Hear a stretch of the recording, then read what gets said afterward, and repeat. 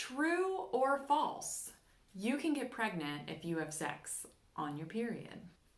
It's actually true. Depending on your individual cycle and your ovulation window, there is a chance that you could become pregnant if you have sex during your period. Other things like stress, illness may also contribute and bring about changes to your ovulation and have your period come not when you expect it to. Therefore, it is important to track your period and ovulation cycles, which we'll talk a little bit about more in a minute. Natural family planning, aka fertility awareness or the rhythm method. This is a great approach for you to be able to track your periods and your ovulation cycles yourself, or you're welcome to also use free apps. I would recommend looking up things that are called period trackers. Natural family planning works as a way of being able to monitor and track when you are the most fertile, and that's how you can use apps and different ways to sort of track those things.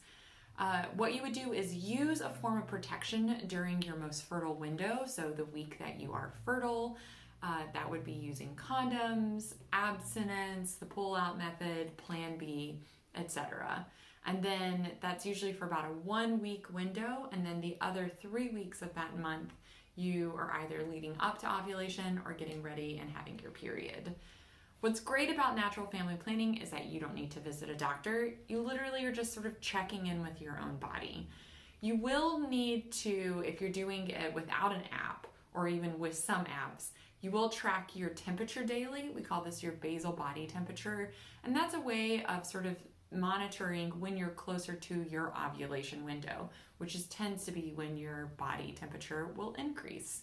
You will also need to monitor cervical fluids. So if you're a little bit more curious about that, I recommend checking it out in your handy dandy guidebook.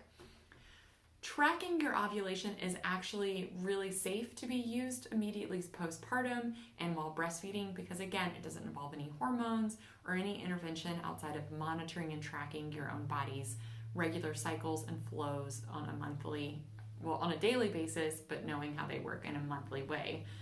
But it is important to note that if you are breastfeeding, your period and ovulation cycles may become disrupted in the sense that they might not be in the same flow as you're used to. So it's just something that involves a little bit more of tracking so that way you can know when your ovulation window is. If you have any questions, we obviously recommend you definitely reach out to your doctor to learn a little bit more. There's tons of information within our guidebook at the end of the guidebook to talk about your menstrual cycle and how ovulation works. Also, feel free to pop online and see if you can learn a little bit more.